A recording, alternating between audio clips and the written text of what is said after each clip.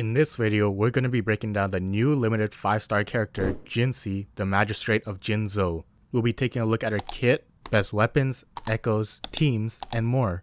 Jinhsi is a Spectral main DPS who wields a broad blade with her playstyle centered around her changing states to deal big bursts of damage.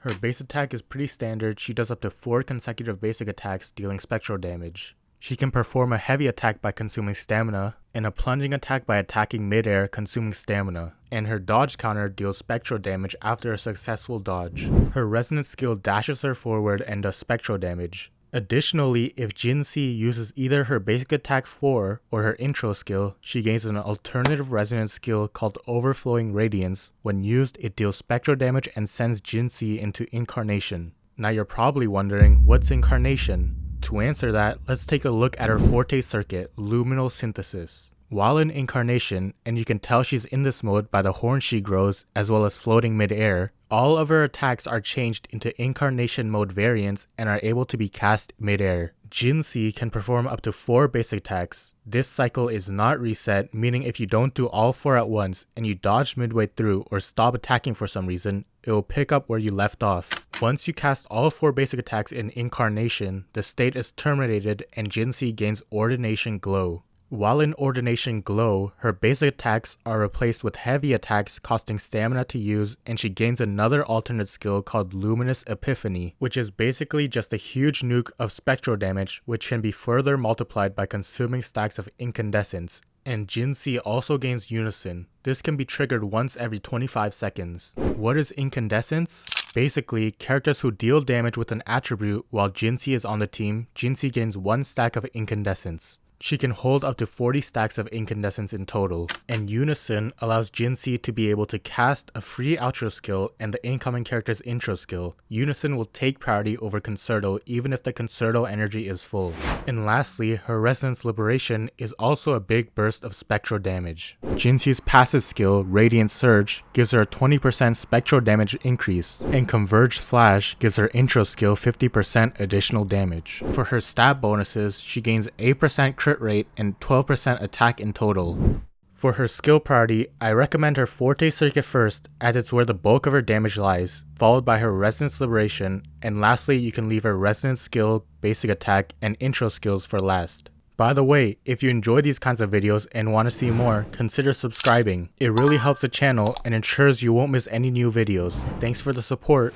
Now let's take a look at her sequences. For her first sequence, when Jinhsi casts an Incarnation basic attack or resonance skill Crescent Divinity, she gains 1 stack of Herald of Revival, which can stack up to 4 times and last for 6 seconds. When casting her resonance skill Illuminous Epiphany, Jinhsi consumes all stacks of Herald of Revival, and each stack increases the damage of the skill by 20%. Her S2 allows Jinhsi to recover 50 Incandescence while staying out of combat for more than 4 seconds. This effect can only be triggered every 4 seconds. For her sequence 3, she gains 12 Incandescence and a stack of Immortal's Descendancy after casting her intro skill. Every stack of Immortal Descendancy increases attack by 25% for up to 2 stacks lasting for 20 seconds. Sequence 4, when casting her Resonance Liberation, Purge of Light, or resonance skill Illuminous Epiphany, all nearby characters in the team gain damage bonus for all attributes by 20% for 20 seconds. For her 5th sequence, the damage multiplier of her Resonance Liberation is increased by 120%. For her 6th sequence, the damage multiplier percent for her resonance skill Illuminous Epiphany is increased by 45%. The multiplier increase brought by Incandescence is additionally increased by 45%. And here are some calculations by Wuthering Lab on the increase of damage each sequence provides. Sequence 3 and 6 give the biggest damage increase, while Sequence 4 gives her a little bit of support capabilities. I don't think sequences are needed, but if you want to pull for them, it's up to you.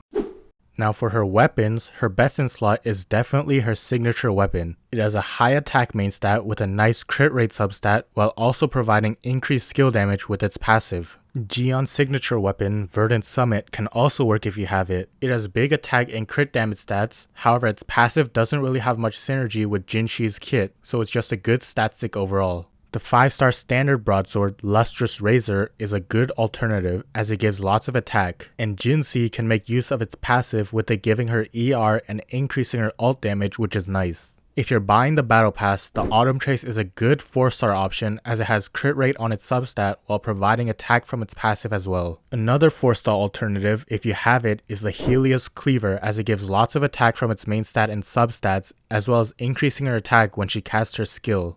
If you're unfortunate enough to have none of the options above, you can use the 3-star Broadblade of the Night to get you started. It has an attack percent substat while also increasing attack when using an intro skill, but it's a 3-star weapon so the base stats will be lower than the 4 and 5-star alternatives. So you can pick a weapon from the list depending on what you have on your account. For Echoes, you want the 5-set Celestial Light, which increases spectral damage by 10% at 2 pieces, and additionally increases spectral damage by 30% for 15 seconds when using an intro skill. For Echo cost, you want to go the standard 4-3-3-1-1. And for the main Echo slot and 4 cost, you want the new Echo Jue. The active skill basically summons Jue to deal spectral damage. It also has an effect where the Resonator equipping Jue gets 1 stack of Blessing of Time every 6 seconds, stacking up to 3 times. They can then consume a stack when they use their Resonance skill to deal spectral damage to surrounding enemies, and also take damage per second for 6 seconds, stacking up to 3 times. Multiple stacks increase the duration opposed to multiplying damage. This is considered Resonance skill damage, so you can see that Jue synergizes really well with Jinhsi. For 3 cost Echoes, if you have her signature weapon, you can go 1 Spectral and 1 attack percent or double attack percent, as those will be better for her than double Spectral because of the huge amounts of damage bonus her weapon gives. If you don't have her weapon, you can aim for double Spectral damage percents. And for her 1 cost Echoes, you want double attack percent main stats. For her substats priority, you want crit rate, crit damage, followed by ER. Try to aim for about 140% ER to get her Resonance Liberation every other rotation, then attack percent, and lastly flat attack and Resonance skill damage. Moving on to teams, Jinhsi has a few teammates she can choose from. Let's first talk about Yinlin. So Yinlin is just one of the best characters in the game right now as she doesn't need that much time on field, and provides loads of off-field damage from coordinated attacks which Jinhsi loves, as they allow her to stack her incandescents faster with coordinated attacks. Yinlin also provides a liberation damage deepen with her outro skill, which is nice.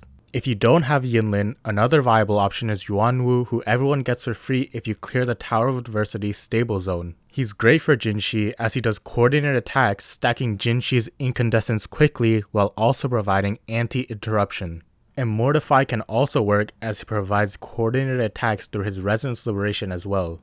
Spectral Rover at C6 could work for Jinhsi as they have Spectral Shred, but they don't give coordinated attacks which Jinhsi really wants. And on top of them being Spectral, which isn't that good for Jinhsi, we'll have to see about them. For supports, Verena is really good as she provides a lot of buffs and healing for the team, as well as coordinated attacks with her Resonance Liberation. If you don't have Verena, Baiji can be a good option as well, as she also provides buffs for the party and has a coordinated attacks with her Resonance Liberation as well. If you have a Tao Chi, now could be a good time to make use of her. Tao Chi can provide shields for the party, and her outro skill grants Resonance skill damage deepen, which is amazing for Jinhsi as the bulk of her damage is from her Resonance skill.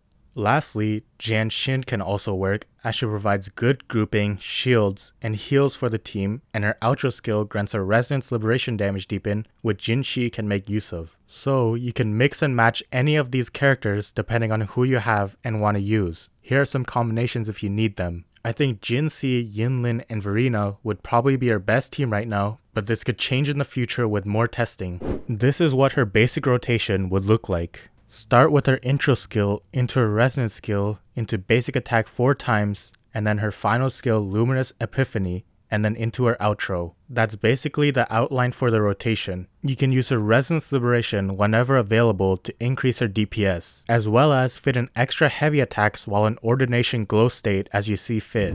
And that's all you need to know to play Jinhsi, the Magistrate of Jinzhou. If you guys enjoyed this video and want to see more like it, consider liking the video and subscribing. It really helps out a lot and ensures you won't miss any new videos. And let me know in the comments below if you guys are pulling for Jinhsi or have already pulled for her and if she looks fun to you. I think she looks amazing and so fun to play. That's it for me, and I'll see you guys in the next video.